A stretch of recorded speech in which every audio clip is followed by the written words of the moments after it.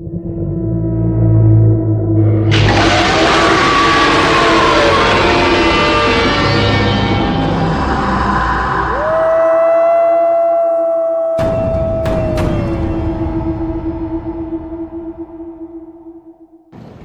all played the game.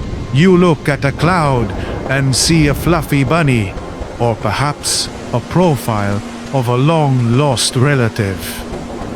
It's a harmless way to pass the time, until the cloud looks back.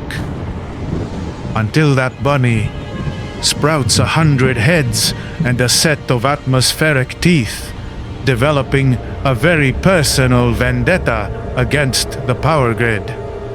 Welcome to the unsettling reality of the Typhon Storm, a phenomenon that transforms meteorologic into a game of survival horror. We like to think of weather as a series of predictable, mindless equations, high pressure chasing low pressure until someone loses an umbrella. But what if those equations have a pulse? What if the reason we can't perfectly predict the weather isn't the lack of data, but because the weather is actively lying to us? For centuries, we feared what hides in the dark, completely ignoring what hides in the bright open sky. It's time to dive into the deep record, the suppressed history of an ancient predatory intelligence that doesn't just live in the storm. It is the storm. The Thorn account, Recovery from Blackwood Peak. The following is a transcript from a damaged digital recorder belonging to Dr. Elias Thorn, found at a remote meteorological station. The wind is a primal scream, rattling the tin roof until I can feel it in my teeth. I'm huddled in the blue glow of my monitors, hands shaking too hard to type. It's not just the cold. There's a weight in the air, a heavy ionizing pressure that makes every breath feel like I'm inhaling wet wool. They called this the storm of the century. They were wrong. It's older than that. I ran the infrared filters again, my heart thumping against my ribs. As the grating shifted into a bruised, sickly purple, the satellite imagery began to bleed. It wasn't just clouds anymore. Within the churning wall of the eye, I saw them, faint, gargantuan outlines. 100 heads, serpentine and snout-nosed, woven into the very physics of the hurricane. They aren't caught in the winds, they are the winds. My throat is bone dry. I tried to call the National Hurricane Center, but the line is a wall of rhythmic, pulsing static. It isn't white noise, it's a low, guttural thrum. A heartbeat. The emergency lights died, leaving me in a darkness so thick I could taste the ozone. I leaned toward the window, my ears popping as the barometric pressure bottomed out. In the strobe light flashes of the lightning, I saw a movement that defied gravity. A colossal neck, formed of cyclonic currents, extended from the eye. It wasn't a weather pad, can't find it. The meaning comes from the neck. It was a predator the size of the horizon, stretching its limbs after 1,000-year sleep. The room turned freezing. I smelled wet stone and ancient electricity. I scrambled for my flashlight, the beam cutting through the rain-streaked glass, and that's when I saw it, not on the screen, out there. A single, luminous green eye, the size of a city block, blinked open in the clouds. It wasn't looking at the coast, it was looking at this station, it was looking at me. The hum in the floorboards rose to a deafening chant, then, as quickly as the pressure built, it vanished. The silence was worse than the roar, the silence of a predator that has already finished its work.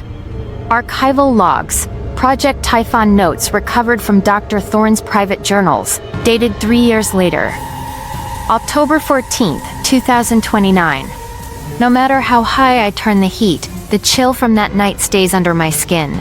The experts tried to call it pareidolia, the brain's tendency to see faces in chaos, but I found the gaps in their history. The Typhon storm isn't a one-time event, it's a recurring harvest. I've spent 18 months digging through the Vatican's climate records and hidden Ming Dynasty scrolls.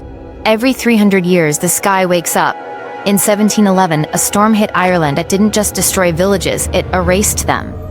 Survivors spoke of limbs made of mist, and a god with 100 mouths. It has a name in the old texts, the atmosphere's apex. We've spent centuries looking at the oceans and stars for monsters, never realizing we are living inside the lungs of one.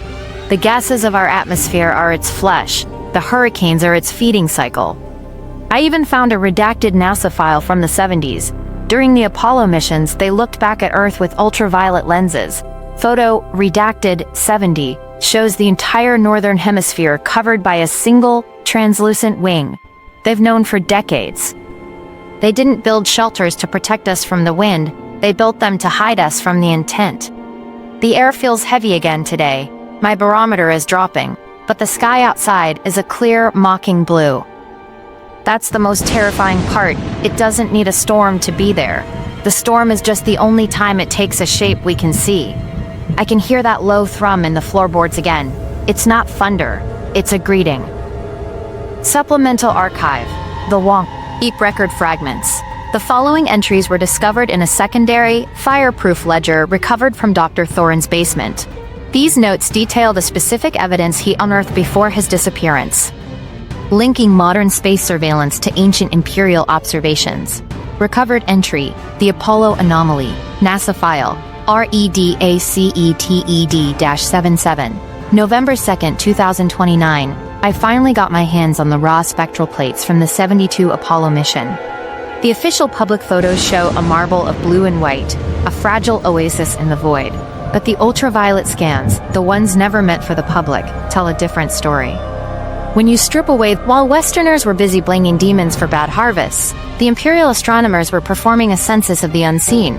They didn't call it weather, they called it the Great Maw of the Firmament. According to the scrolls, in 1421, a wind with 1,000 eyes descended upon a naval fleet near the Yellow Sea. The accounts don't describe a storm surge or a wreck. They describe the ships being tasted. One scroll describes a tongue of white mist that descended from a clear sky, licked a massive junk vessel. They weren't an anomaly. They were the first signs of a mass awakening. The barometer is at 0 now. It shouldn't be possible. There is no air pressure left in this room, yet the windows aren't breaking. It's because the pressure isn't outside anymore. It's in the room with me. Recovered entry, the Climatology of the Saints, Vatican Secret Archives, January 5th, 2030.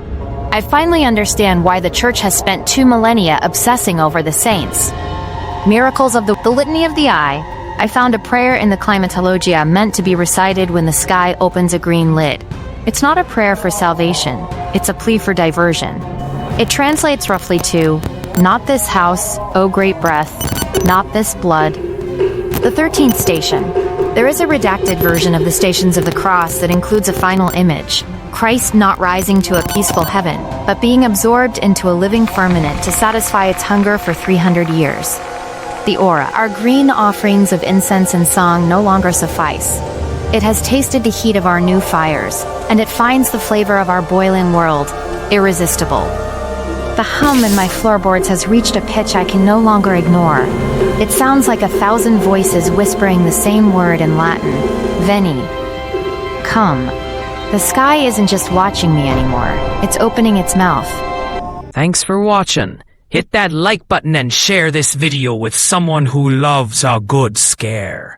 Every tap and share helps us bring ye more terrifying true stories, disturbing encounters, and chillin' mysteries. Tales designed to keep ye up at night. This is Darkhour Diaries, where your nightmares find a voice. Arr!